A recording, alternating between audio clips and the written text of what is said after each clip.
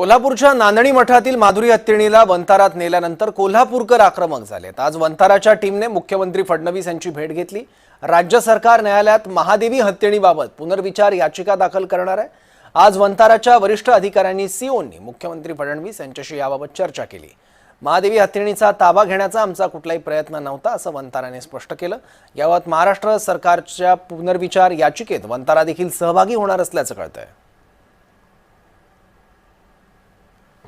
आज मी वनताराच्या अधिकाऱ्यांना बोलवलं होतं, त्यांच्याशी मी चर्चा केली।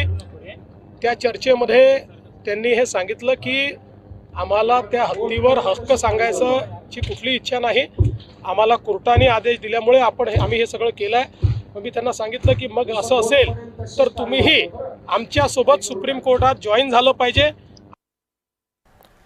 तर दोन्ही उपमुख्यमंत्र्यांनी महादेवीला परत आणण्याबाबत काय प्रतिक्रिया दिली आहे पाहूयात।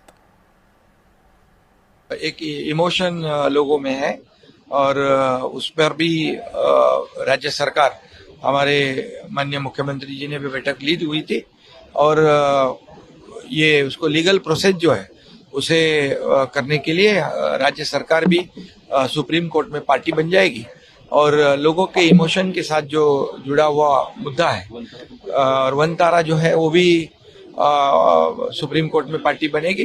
तो निश्चित रूप से जो है सुप्रीम कोर्ट का आदेश है और इसलिए लीगल प्रोसेस तो अपने को अब करनी पड़ेगी, लेकिन उसके साथ लोगों की भावनाएं जुड़ी हुई है। सीएम साहेबांनी मी तरी त्या मीटिंगला जे काही पाहत होतो किंवा ऐकत होतो किंवा माझ्या परीनं पण काही भूमिका मांडत होतो, तर त्याच्यामध्ये सरकार यामध्ये सकारात्मक मार्ग निघावा अशाच विचाराचं आहे। हे सीएम साहेबांनी या सगळ्या मान्यवरांना समजून सांगितलं। अनेक संघटनांचे तिथं प्रतिनिधी होते, तर त्यांनी सांगितलं की ठीक आहे मुख्यमंत्री महोदय, आपण त्याच्याबद्दल एक चांगली भूमिका मांडली आणि तशा पद्धतीने कालची मीटिंग संपली।